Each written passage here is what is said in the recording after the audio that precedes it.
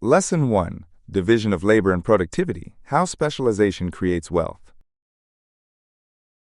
Adam Smith begins The Wealth of Nations with a simple but powerful observation. Wealth is not created by individual effort alone, but by how labor is organized. To illustrate this, he takes us inside a pin factory, where a seemingly mundane task reveals one of the most profound economic principles of all time. Smith describes how a single worker, if left to complete every step of pin making by themselves, would struggle to produce even a handful of pins in a day. The process involves stretching the wire, cutting it, sharpening the points, adding the heads, and packaging the final product. If one person attempted all these tasks, their efficiency would be painfully low. But inside the factory, the work is divided among several people, each assigned a single, repetitive task.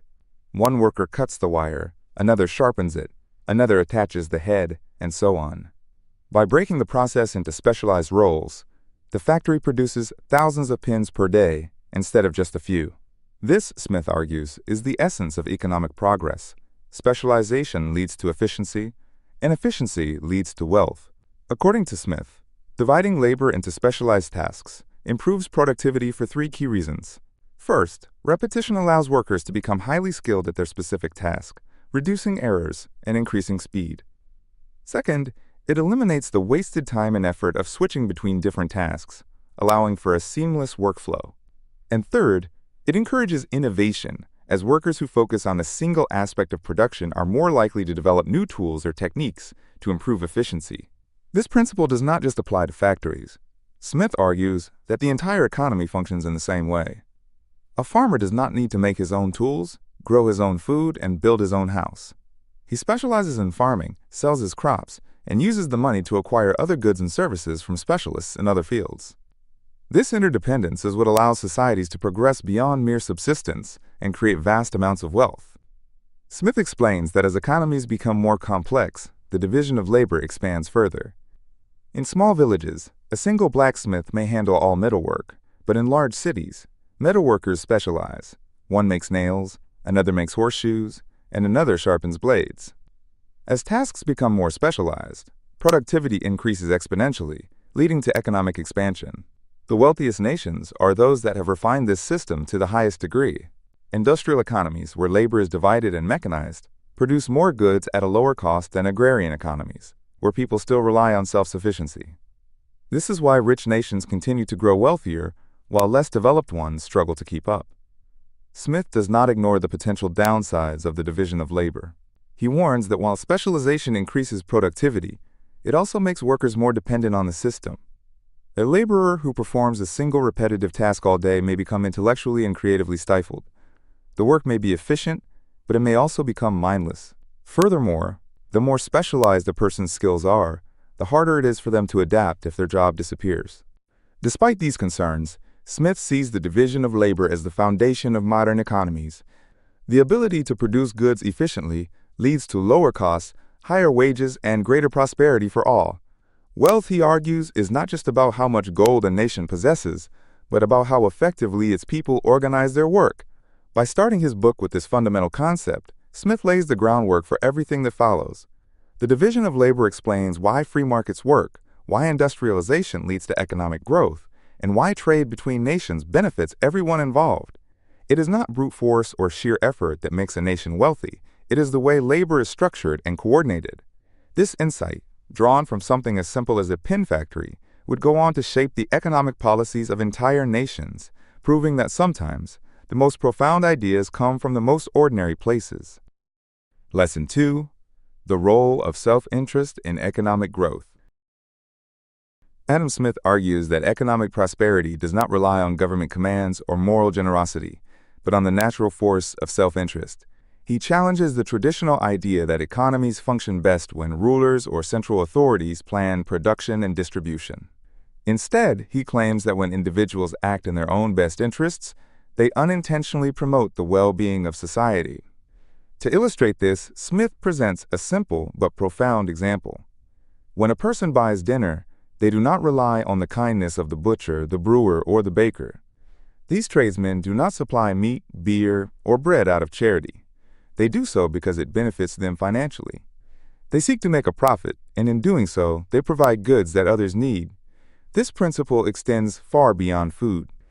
Farmers grow crops, manufacturers produce goods, and merchants transport products, not because they are driven by a sense of duty to society, but because they gain from these activities. Yet, despite this self-centered motivation, the overall result is a well-functioning economy where people's needs are met efficiently. Smith introduces one of his most famous concepts, the invisible hand.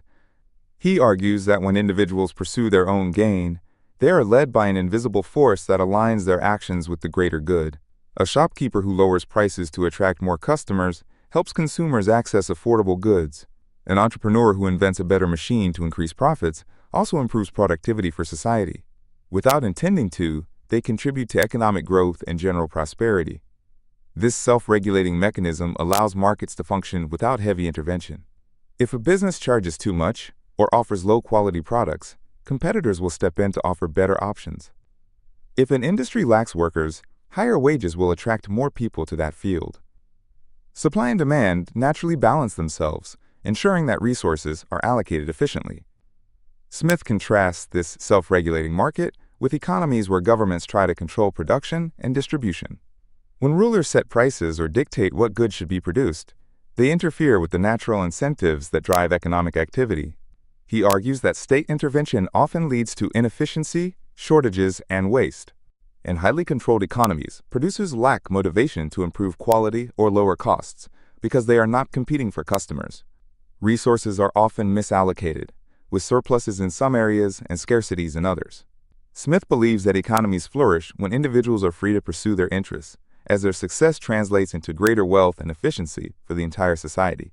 While Smith champions self-interest as a powerful economic force, he acknowledges that it must operate within a framework of justice and fair competition. Fraud, monopolies, and corruption distort the market, preventing the invisible hand from working effectively. Laws and institutions must ensure that self-interest does not lead to exploitation, but remains a driving force for economic progress. Smith's insight that individuals, by seeking their own benefit, unintentionally contribute to societal wealth forms the foundation of modern capitalism. It explains why economies with free markets tend to be more dynamic and innovative than those with heavy central planning. By trusting the natural incentives of human behavior, societies can harness self-interest to drive economic growth and prosperity. Lesson 3. The importance of markets and free exchange. Adam Smith argues that wealth is not created by stockpiling gold or government intervention, but by allowing people to trade freely. Markets, he explains, are the engine of economic growth because they ensure that goods and services flow to those who need them most. When individuals and businesses are free to exchange what they produce, resources are allocated efficiently, productivity increases, and prosperity spreads. Smith challenges the common belief of his time that nations become rich by hoarding wealth and restricting imports. He explains that trade is not a zero-sum game where one country's gain is another's loss. Instead, voluntary exchange allows both parties to benefit. A farmer who grows wheat trades with a blacksmith who makes tools. The farmer gets better tools, increasing his crop yield, while the blacksmith gets food without having to farm. Each person specializes in what they do best, and both end up better off. The same logic applies at a national level. A country that excels in producing textiles can export them to another country that produces iron, benefiting both nations. When trade is unrestricted, goods move where they are most valued, prices remain fair, and economic efficiency improves. Smith warns against excessive government interference in trade, such as tariffs, quotas, and monopolies. These restrictions prevent goods from reaching the people who need them at the best possible price. He criticizes the mercantilist policies of his time, which sought to control markets through heavy regulation. When governments try to dictate what should be produced or restrict imports to protect local industries, they create artificial shortages, inflate prices, and slow down economic progress. Monopolies, in particular, distort markets by eliminating competition. Smith argues that when a single company or a small group controls an industry, prices rise while quality declines. A competitive market, on the other hand, forces businesses to innovate, lower costs, and improve products to attract customers. Markets function best when businesses compete freely. If a merchant overcharges for a product, another seller will step in with a lower price. If a company provides poor service, customers will take their money elsewhere. This natural competition ensures that only the most efficient and customer-friendly businesses survive. Smith sees this as a self-correcting mechanism that keeps the economy dynamic and responsive to people's needs. He also highlights the role of prices in coordinating economic activity. When a good becomes scarce, its price rises, signaling producers to make more of it. When demand falls, prices drop, warning businesses to shift resources elsewhere. This price system eliminates waste and directs labor and materials where they are most useful, without any need for government intervention. Smith's advocacy for free markets laid the groundwork for modern capitalism. He believed that when individuals and businesses operate without unnecessary restrictions, economic growth follows naturally. Trade and competition create wealth not just for the elite, but for society as a whole. Markets reward efficiency, encourage innovation, and ensure that resources are distributed in ways that benefit the greatest number of people. By explaining the power of free exchange, Smith dismantles the idea that economies must be micromanaged by governments or protected from foreign competition. He argues that prosperity comes not from central planning, but from allowing individuals to trade freely, guided by their own self-interest in the invisible hand of the market. Lesson 4. The origins and nature of money. Before money existed, economies relied on barter, trading goods directly for other goods. A farmer might exchange wheat for a blacksmith's tools, or a carpenter might trade furniture for cloth. But as Adam Smith points out, barter has serious limitations. Finding someone who has exactly what you need and wants exactly what you have is inefficient. This problem, known as the, quote, double coincidence of wants, slows down trade and prevents economies from growing. Smith explains that societies naturally develop money as a solution. Instead of trading wheat for tools directly, a farmer can sell wheat for coins and then use those coins to buy tools. Money acts as a universally accepted medium of exchange, making transactions smoother and trade more efficient. It allows people to specialize in what they do best without worrying about finding direct trade partners. Beyond being a medium of exchange, money also serves as a measure of value. Under barter, it's difficult to compare the worth of different goods. How many loaves of bread equal a cow? Money standardizes this process, allowing prices to reflect the value of goods and services in a way that everyone understands. Smith notes that different societies have used various forms of money, from cattle to shells, but gold and silver became dominant for practical reasons. They are durable, portable, and scarce enough to maintain value. Unlike perishable goods, metals do not rot or decay, making them reliable stores of wealth. This is why, for much of history, economies were built around gold and silver coins. However, he warns that the value of money is not based on the metal itself, but on the trust people place in it. If too much gold or silver enters circulation, its value drops. If a government debases its currency, reducing the metal content in coins while claiming they have the same worth, people lose confidence and inflation follows. Smith also describes the emergence of paper money in banking systems. As trade expanded, carrying large amounts of gold became impractical.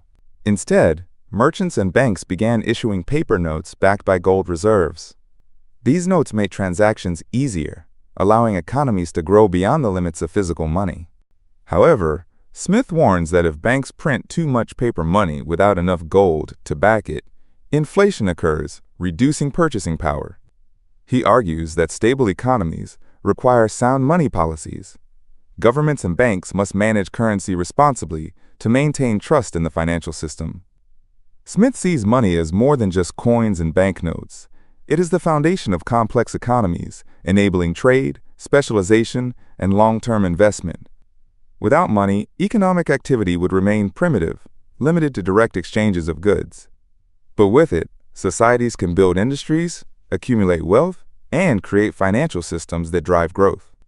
By explaining the natural evolution of money, Smith shows how economies progress from simple barter systems to advanced market structures. Money is not an artificial invention imposed by rulers, but an organic development that emerges wherever trade exists. It is the lifeblood of commerce, making wealth creation possible on a scale that barter never could. Lesson 5. The real source of wealth. Labor, not gold. In Adam Smith's time, many believed that a nation's wealth depended on how much gold and silver it possessed. This idea, known as mercantilism, led governments to hoard precious metals, restrict imports, and try to export as much as possible. Smith dismantles this belief, arguing that wealth does not come from gold, it comes from labor and production. Smith explains that gold and silver are only valuable because they can be exchanged for goods and services. A country could have mountains of gold, but if its people are not producing food, clothing, or tools, they will starve. Real wealth is the ability to generate valuable goods and services, not just the possession of shiny metals. Spain, for example, had vast amounts of gold and silver from its colonies, yet its economy struggled because it focused more on treasure than on building industries. In contrast, countries like Britain and the Netherlands, which developed manufacturing and trade, became more prosperous, despite having less gold. Smith shifts the definition of wealth from gold reserves to the productive power of labor. A nation becomes rich when its people are engaged in useful work, whether farming, manufacturing, or trading. The more efficiently labor is used, the greater the prosperity of the country. He emphasizes that productivity is what truly matters.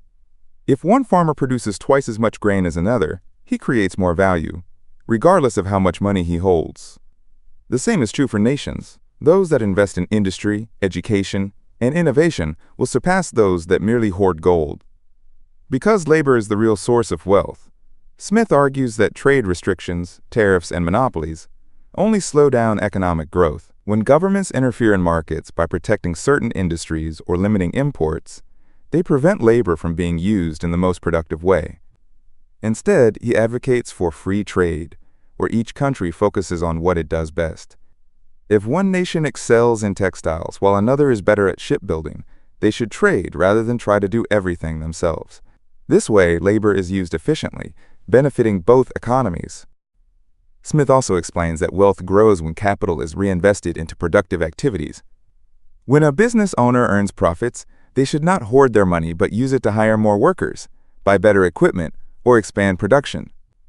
This reinvestment cycle increases productivity, raises wages, and fuels long-term economic growth. A society that spends its resources on useful work rather than on accumulating gold or maintaining inefficient industries will continue to grow richer. Smith's message is clear. Nations should focus on producing real value, not stockpiling money. By redefining wealth as the output of labor rather than the possession of gold, Smith laid the foundation for modern economics. His ideas led to the decline of mercantilism and the rise of free markets, entrepreneurship, and industrial development. Smith's insight remains relevant today. Countries that prioritize education, innovation, and industry continue to prosper, while those that focus on financial speculation or resource hoarding often struggle. The real wealth of a nation is not found in its vaults. It is found in the productivity, skills, and creativity of its people.